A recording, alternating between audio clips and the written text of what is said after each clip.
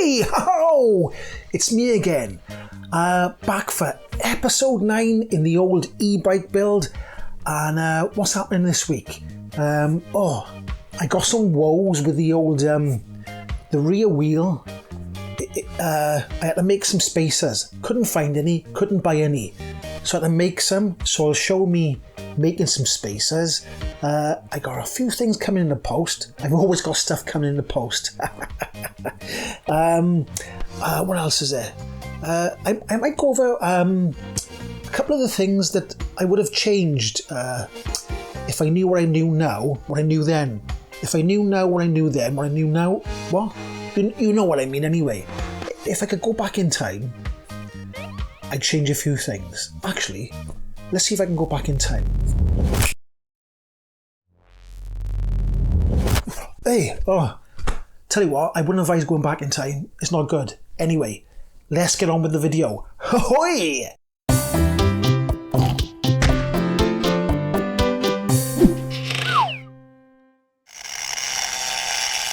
So here I am, making my own spacers out of stainless steel washers, but why did I need spacers? So let's rewind back a bit and find out why.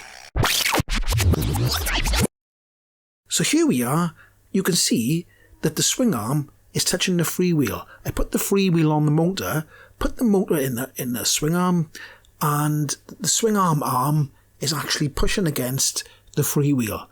So that's not going to work, is it? So I could have maybe looked for maybe a skinnier freewheel thing, but are they skinnier or is this a thick one? I don't know.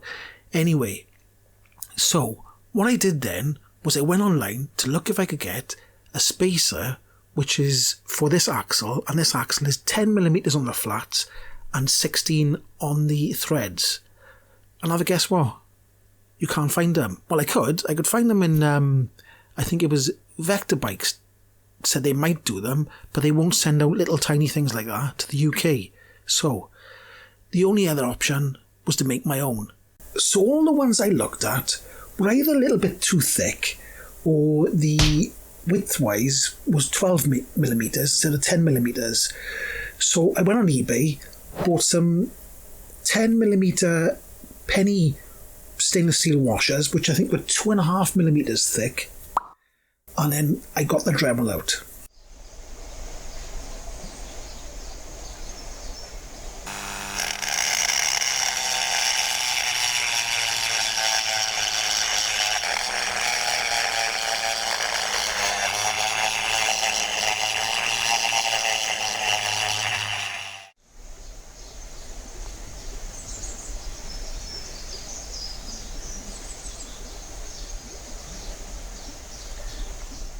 So there we are. After a bit of filing, it fitted like a glove. Well, a fingerless glove, I suppose. Anyway, I made one for the other side as well. And the reason being is the wire was a little bit tight to the disc, so I wanted to bring it out just a touch. And if you look at the axle, it's got two bits sticking out, which the swing arm rests on, but because the swing arm has nothing on the bottom part where the bolt goes, I'm explaining this badly, but it only rests on the top piece. I'll point to it right now, the top piece, and I'll point to the bottom piece, which it doesn't rest on. So I thought if I put a washer around it as well, it'll have it'll give it half a chance of sitting on a bit more material. So because I put 2.5mm spacers on each side, obviously I had to widen it a little bit. I used a threaded rod to widen the swing arm openings ever so slightly. I mean, it's only 5mm. So you can see me here winding the threaded bar open just to give me that little bit extra space. Then after I slip the wheel in, you can see that I've got just enough space for where the wire goes past on the swing arm, and it's missing the disc by quite a bit. And when you go round to the other side, can't even say three-wheel, the freewheel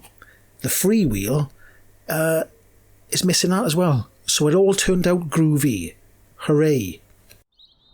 So I had a couple of comments on, I think it was about 3 comments about my brake discs being wrong. It was the same person, but they were pretty concerned that my brake discs were wrong. So I have changed them, and this little clip here is for you to see that I've done them so they're nice and safe and everything is tickety-boo.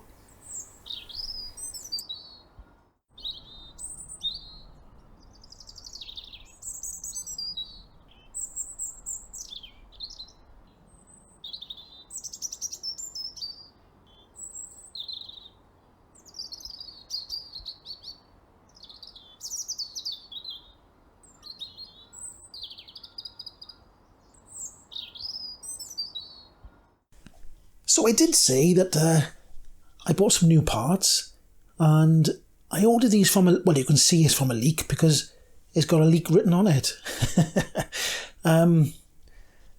So you can see here, look, I got the widened panels from a leak. So it does make it quite a bit wider. Enough room to get the battery in, I hope, anyway. So I got the side panels, and also, look at this. I've got this back piece here, look. They call it a trunk, but this is what it is anyway. And it's really well made for the price. I think it's fantastic for the price. It's powder coated as well. And also, this is temporary here, because what I'm doing here, well, let me show you. Here, look, see? Got a private number plate as well. I ordered this back piece here. I'll insert a picture of what it is, because you can't see it because I got this silly cardboard on here. I just doing that to see what it was like. But it's to hold a number plate. I'm going to get a brake light to fit here, trying to find one that fits properly. And obviously it takes the indicators as well.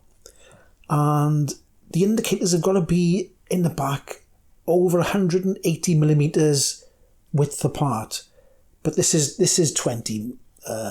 This is 200 anyway, so that's in the sort of realm of the right place. So this is really sturdy. It's held on with M8 bolts because the holes are already in this seat that comes from where'd they get the seat from?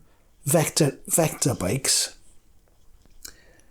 But yeah, it's really good, isn't it? Starting to look a bit like a motorbike, really. So that's the new parts I've got at the moment. I have got other parts coming, but they're going to take a while.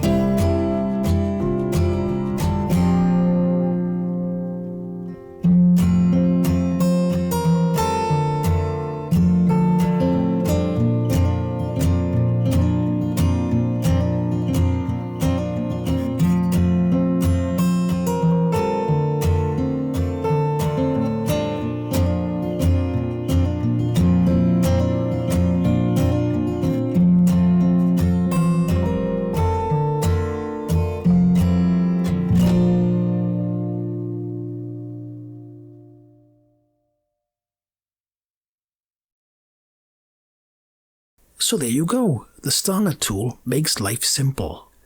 So I put the spacers back on the steering stem and just put the handlebars back on. You can see I've made up the handlebars when most of the stuff is on it. And it's all looking good. So there you go. It's all coming along pretty well. And I did say at the beginning of the video that if I could go back in time, I'd change a couple of things. And I think the first thing I'd do is I would have bought an 18-inch rear wheel and possibly a 21-inch front wheel, because tyre sizes are so much easier to get for them sizes. And also, if you look at the bike, it's like, it's sort of going that way. The seat is a bit high for my liking. So you're sort of forward a bit. And an 18 and a 21 would have brought the bike that way a bit. I mean, you could put a lower shock, but then it all gets a bit funny with the pedals and everything. And so, and talking about the shock, I wanted to get I can't remember the name, but I wanted to get a different shock. I'll put a picture of it now. But they were out of stock at the time, so I had the cheaper version because that's all they had. So I would possibly add the other shock as well, which was a 220mm, whereas the one I got now was 240. So that's pushing the seat up slightly as well. So the seat's very high. So I haven't got a time machine, so I can't go back in time, unfortunately. Anyway, if you like this video, please give it a like or a dislike. I don't mind. And subscribe. It'd be great if you could subscribe. I'll leave you with a little montage of the bike so far. Thanks for watching. Oh, and I almost forgot. See you in the next one. Ho-hoi!